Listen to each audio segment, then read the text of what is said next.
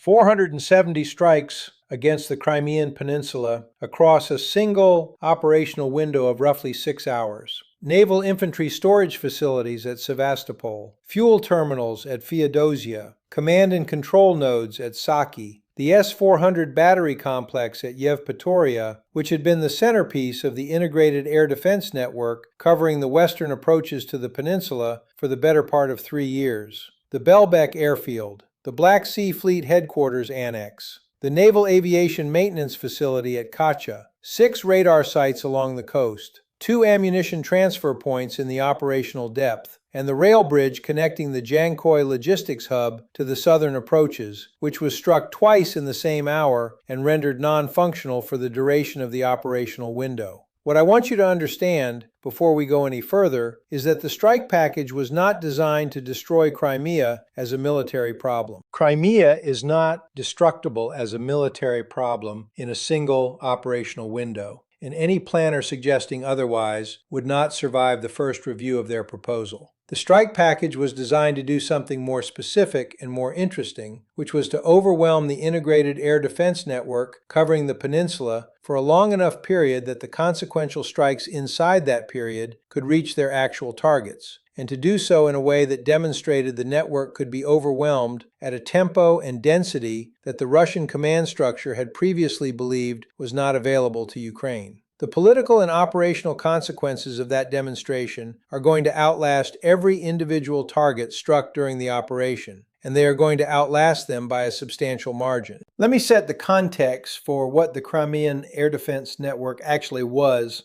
before the operation, because anyone analyzing this engagement professionally has to start from an honest assessment of what was in place, not from the assumption that the network was a paper tiger. The network was not a paper tiger. Russia had spent the better part of a decade, beginning with the original annexation in 2014 and accelerating substantially after the start of the broader war in 2022, building one of the densest integrated air defense networks in the world on a piece of geography the size of Crimea. S-400 long-range systems anchoring the upper tier, S-300 systems providing the layered intermediate coverage, Pantsir point defense systems protecting the high-value individual sites, Tor systems covering the maneuver gaps, electronic warfare assets across the spectrum, early warning radars distributed across the coast and the interior, naval air defense from the Black Sea Fleet vessels positioned offshore,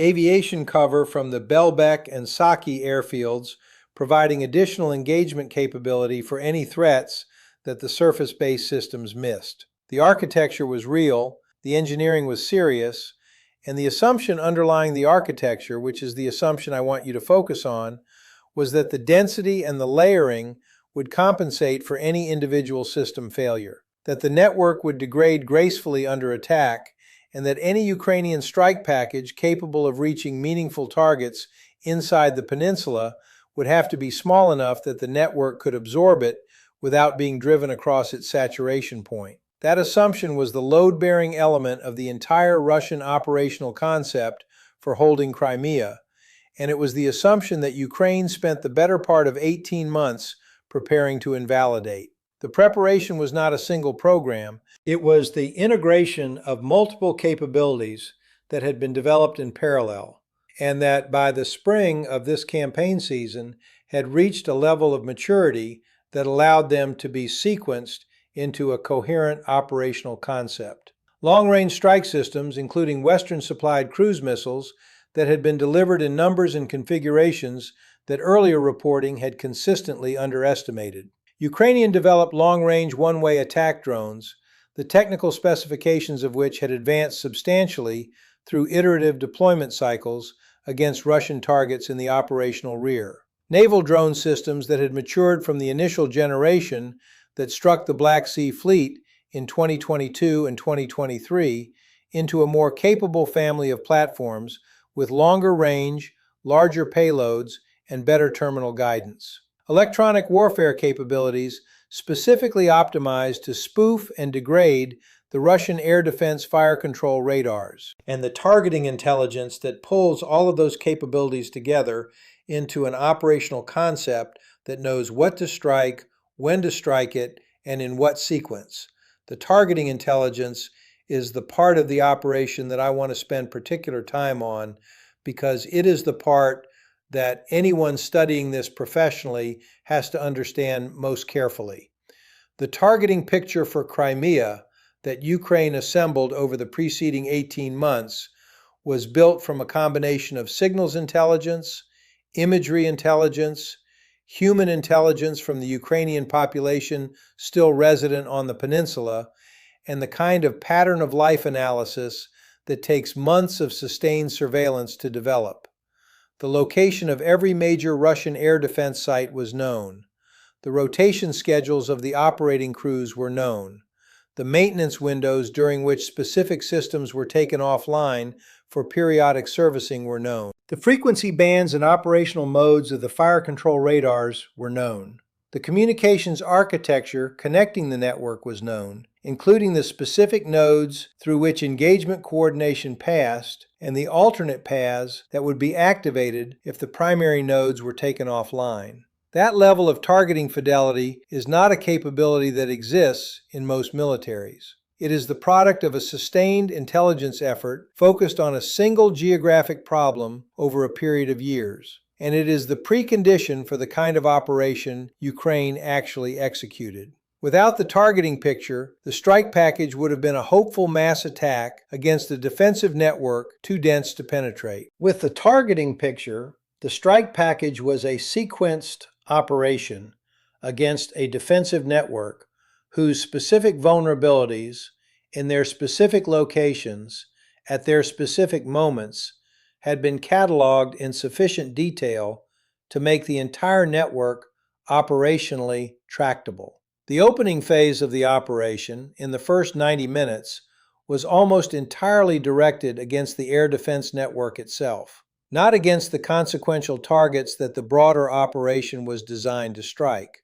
against the systems that were supposed to defend those consequential targets. The S-400 battery at Yevpatoria was struck by a coordinated package combining naval drones approaching from the western Black Sea with long-range one-way attack drones arriving from the north, supported by electronic warfare jamming directed against the engagement radars during the approach window. The battery commander, working from an engagement protocol designed against threats arriving in smaller numbers and from more predictable axes, committed his available interceptors against the approaching threats and ran out of interceptors before the threats stopped arriving.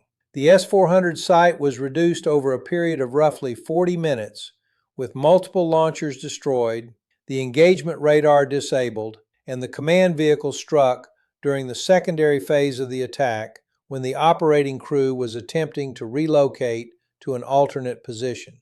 The S-400 was not destroyed because it was a bad system. The S-400 was destroyed because the engagement protocol it was operating under was built for a threat environment that did not match the threat environment Ukraine generated. That distinction matters. The same system, operating under a different protocol, with different sensor support, with a different engagement geometry, might well have survived a similar attack. The protocol was the vulnerability, not the hardware. And the protocol was a vulnerability that Ukrainian planners had identified through the sustained intelligence effort that preceded the operation. Now, I want to take you inside one Russian air defense command post during the second hour of the operation, because the human picture inside that command post is the picture that explains how the rest of the operation developed. A regimental air defense command post located in a hardened structure approximately 15 kilometers inland from the western coast. The regimental commander is a colonel, experienced, with a career background in the air defense forces and the kind of professional competence you would expect from an officer commanding one of the most important regimental level commands in the entire Russian air defense network. His staff is functioning. The command post itself has not been struck. He has communications, intermittent but adequate, with his subordinate battalions and with the divisional headquarters above him. He has a developing picture of the operation, and the picture is bad in a way he is professionally equipped to recognize. He understands that the Yevpatoria battery has been reduced. He understands that 2 of his S-300 battalions are reporting engagement loads beyond their sustained capacity. He understands that the Pantsir point defense systems around the most important fixed sites have been engaging continuously since the operation began, and that their ready ammunition is being depleted at a rate that will exhaust the available reloads within the next 40 minutes. He understands that the electronic warfare environment his fire control radars are operating in has degraded substantially over the past hour, with multiple radars reporting intermittent track quality and unreliable identification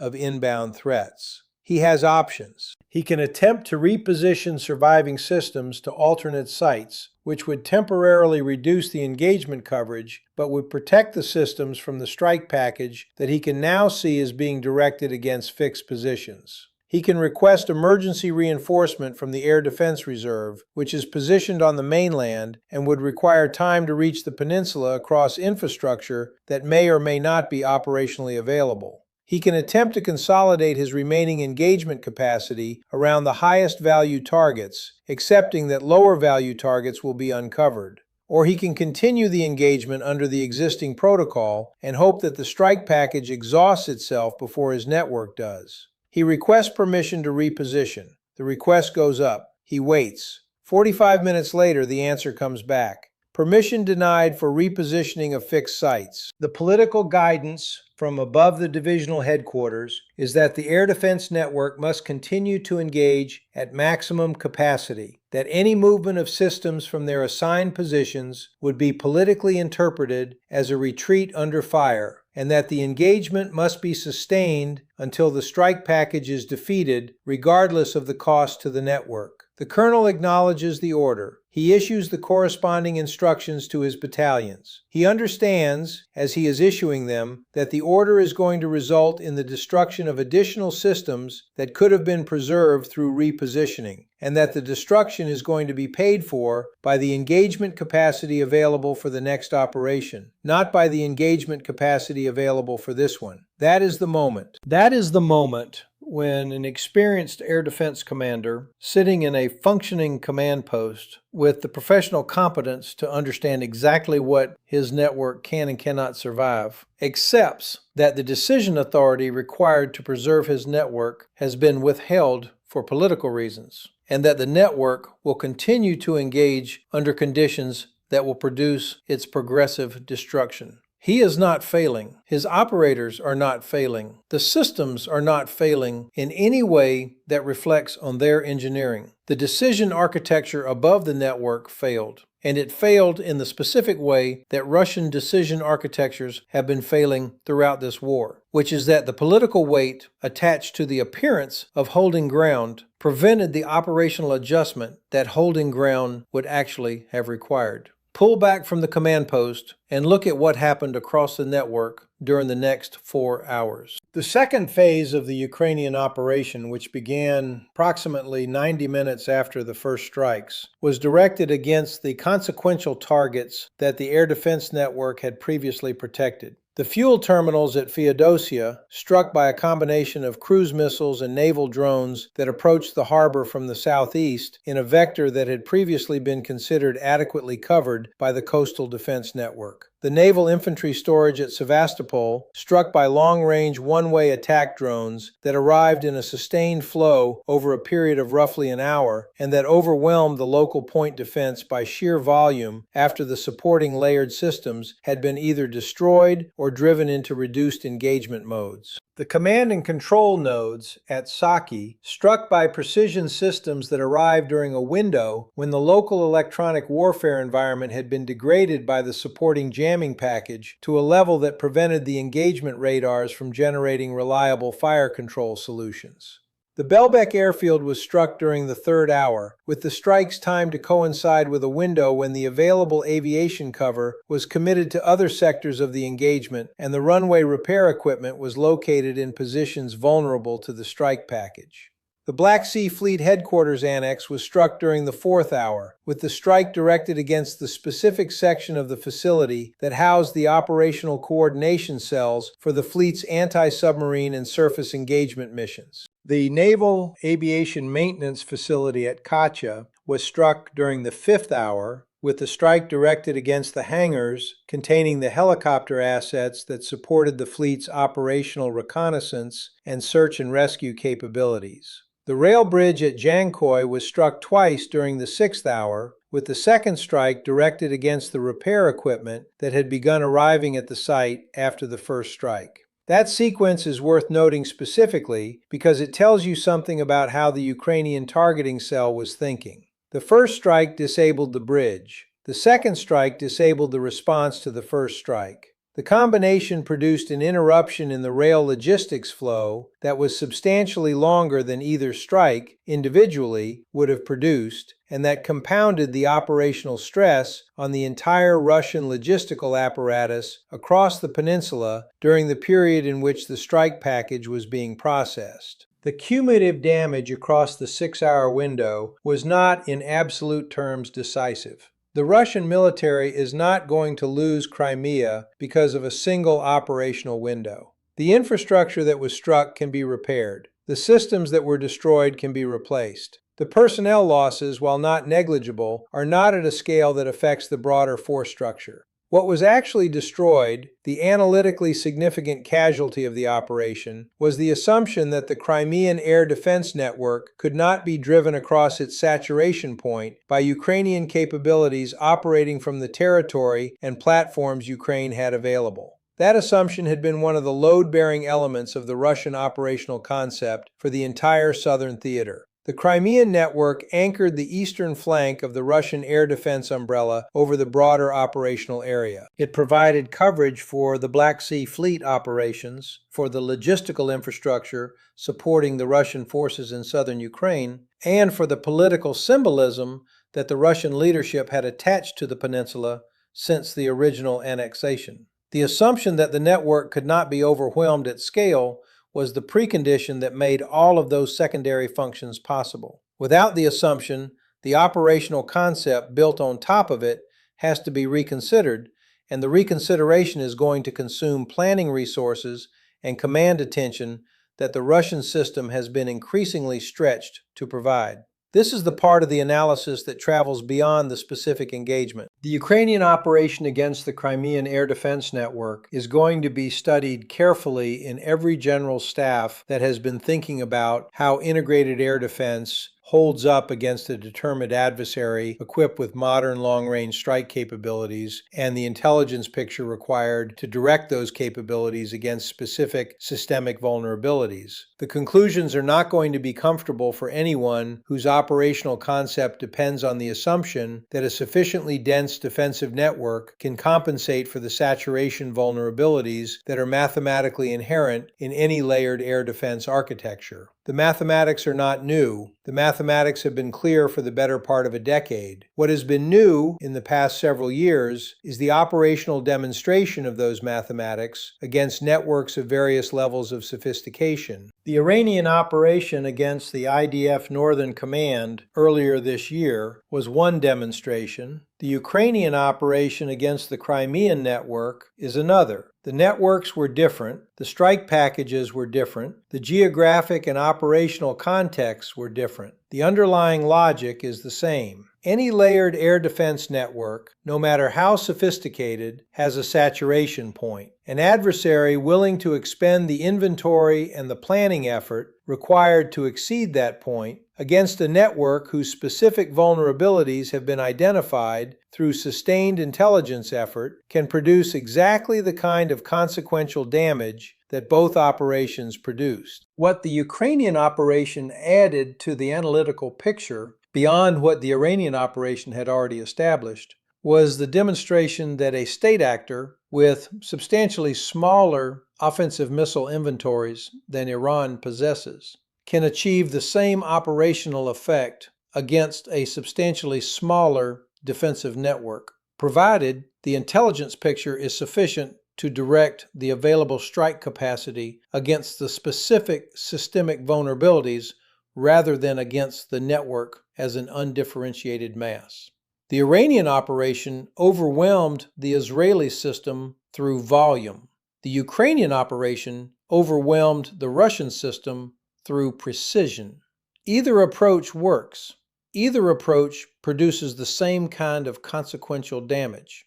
The choice between them depends on what the attacking force has more of, not on which one is operationally superior. That distinction matters for anyone thinking about the future of integrated air defense as an operational concept, because it means that the saturation vulnerability is not a problem that can be solved by limiting the adversary's missile inventory. The adversary does not need a large missile inventory if they have a sufficiently precise intelligence picture. The adversary needs either volume or precision, and the choice between them is a planning preference rather than an operational requirement. Defensive networks have to be designed against both, and designing against both is substantially harder than designing against either one in isolation. The 6 hours over Crimea were not the end of the Russian air defense presence on the peninsula. The Russian system is going to rebuild. The destroyed sites are going to be replaced. The protocols are going to be revised in light of what the engagement demonstrated. The intelligence apparatus is going to attempt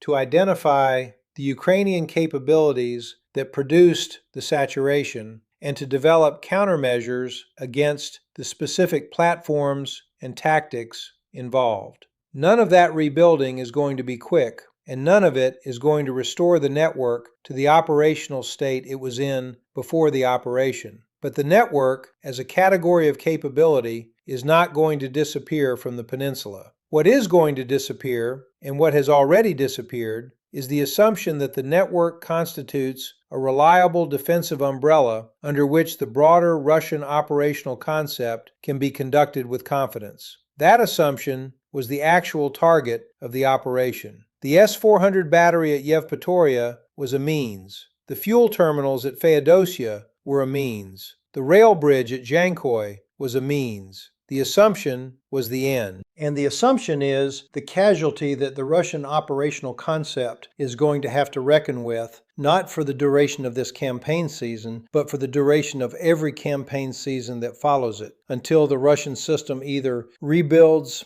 a defensive concept that does not depend on the assumption, or accepts that the operational picture in the southern theater has changed in ways that the previous concept cannot accommodate. The fires at the burning sites were the visible cost. The destroyed systems were the visible cost. The casualty figures, when they are eventually published, will be the visible cost. The invisible cost, the cost that the Russian planning apparatus is going to be paying for years after the fires are out, is the loss of an assumption that had been holding up an operational concept whose load-bearing elements had not been seriously stress-tested until the moment they failed. The assumption was the architecture. The architecture was chosen, and when an architecture can be chosen, an architecture can be invalidated, and the invalidation will continue to produce the same kind of consequential damage every time an adversary discovers that the architecture is still in place